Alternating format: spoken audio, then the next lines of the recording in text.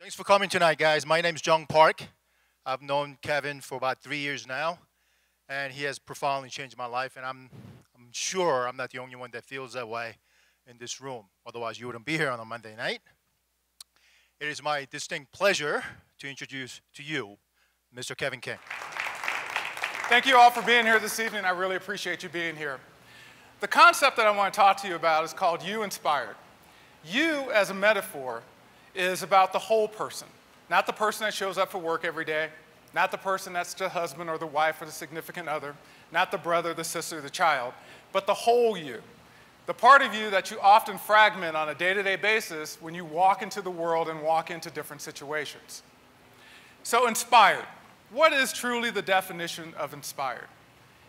The short definition we're going to use today is something that moves us to action. It motivates us to do something. It motivates us forward. As a person, we're a blend of our past, our present, and our desired future. If you think about that for a second, on a day-to-day basis, how often do you reflect on your past? How often does that past experience influence your current action?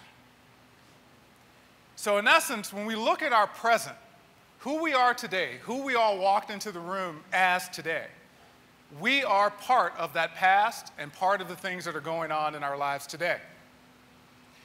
In the concept of You Inspired, the true message here is that do we find our inspiration outside of ourselves, or do we find our inspiration inside of ourselves? And the argument we can make is that if our inspiration is found outside of ourselves, that means other people can impact our state of being. In other words, we are dependent on others in order to be motivated and inspired. We hear about this every day in a concept called employee engagement at work. Generally speaking, Gallup came up with a survey called the Q12. And in that Q12, it assesses the level of engagement of employees at work. And one of those major influences on whether or not a person is engaged or not is their relationship with their boss. So in essence, what they're saying is that if you show up every day at work and you don't have a great relationship with your boss, then it affects your level of motivation or, in fact, your level of inspiration. That relationship becomes important. What I'd like to do is emphasize this past concept a little bit more by sharing with you a little bit about my past. Most of you may not know this. Here's the philosophy. We're born into our circumstances, but we create our conditions. Circumstances include these things. We don't get to pick our family. We don't get to pick our parents. We don't get to pick our brothers and sisters, our geography, our socioeconomics, our gender, our ethnicity, or any of those other factors. So in other words, we're born into a world where the canvas is sort of filled in for us from the beginning, a certain portion of it. As we live our lives, what we do is we walk through life making choices every day. We make them either consciously or unconsciously. But it doesn't change the fact that those choices create conditions that either move us forward and motivate us forward, or conditions that we have to sort of get the shovel out and sort of dig ourselves out of the things that we've created. I preface this from the standpoint of I grew up in a very poor place. My grandmother, my mom, just about anyone in my family always had some kind of subsistence going on. So I was a welfare kid. We had food stamps. We had, the first and third of the month checks coming in, all those kinds of things.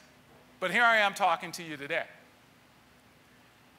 And the reason why I'm inspired today is because those experiences taught me how to be resilient. My mom, every now and then, with one of my stepfathers, they decide they want to get high in the middle of the night. This is back when it used to get cold in Texas at night.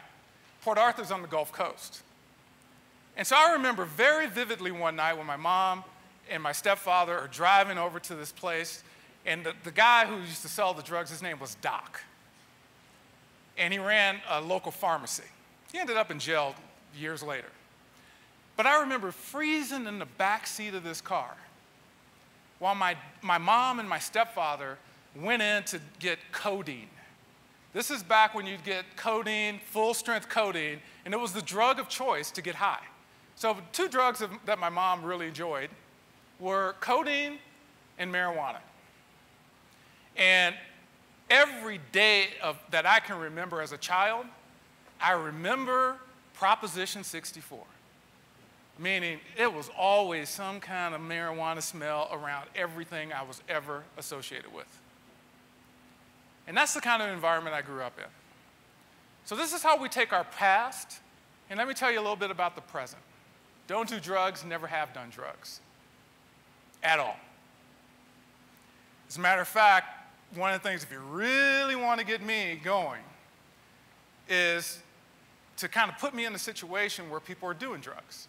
I don't have anything against people doing drugs, especially if it's illegal or whatever the case may be.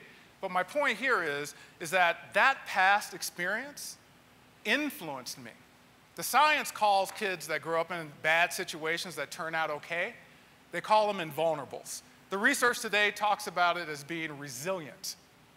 And the explanation that they have is that there's an internal power that these kids have that allows them to take whatever negative experience that they have going on in their world and they frame it in a positive way.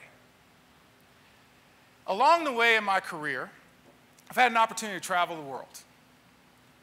And I take that experience of growing up in this little small town with all of these different dynamics in my world, and I kind of look at it and go, it kind of can't get any worse than that. What possible risk could I be taking by venturing off into other things based on what I've experienced? My first opportunity to travel outside the United States, I was working for a French-owned company called Capgemini, and I got to go to Paris. I was going to International Program Management School in a little town outside of Paris called Béhoust, France. And literally, at this learning compound that Capgemini ran, they had armed guards. So in preparation for this trip, I had taken a little bit of French in high school, couldn't really speak a lot of French, started reading some books, started trying to brush up on my French. And then I stepped back and I remembered something that my grandmother told me. She said, baby, if you treat people good, they're going to treat you good back. And so I went over to France and I had this experience, and it was first time, as I said, first time out of the country. And I realized that, you know what?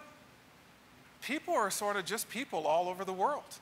In the relationships that we have in our lives, professionally and personally, the thing we have to understand is that they're not broke, therefore they don't need to be fixed. We're not broken, and we don't need to be fixed. We just need to understand what we need, how to be effective at managing that, but also being able to have the conversations to understand what other people need, so that then we can be deliberate about creating a space where we can be effective together. So one of the questions I'd like for you to ask yourself when you leave here, how would your whole life, you as the whole person, be different if, in fact, you were able to live inspired every single day and be able to turn that switch on and adjust that dial inside of yourself rather than needing or looking outside of yourself to be able to live inspired? Hi, I'm Kevin King, founder and CEO of Transformation Point, and thank you for visiting our website. My sole purpose in life is to help others live inspired. To live inspired, we have to have an understanding of our past, our present, and our desired future. Generally speaking, our past has an overwhelming impact on our ability to live in the present and to achieve that desired future. And what I'd like to have an opportunity to do is to listen authentically to your story so that we can help you understand how to make that future possible. In our series of videos here, as well as our blog posts and other information you'll find on our website, it's all designed to help you unlock the path to living inspired. Thank you.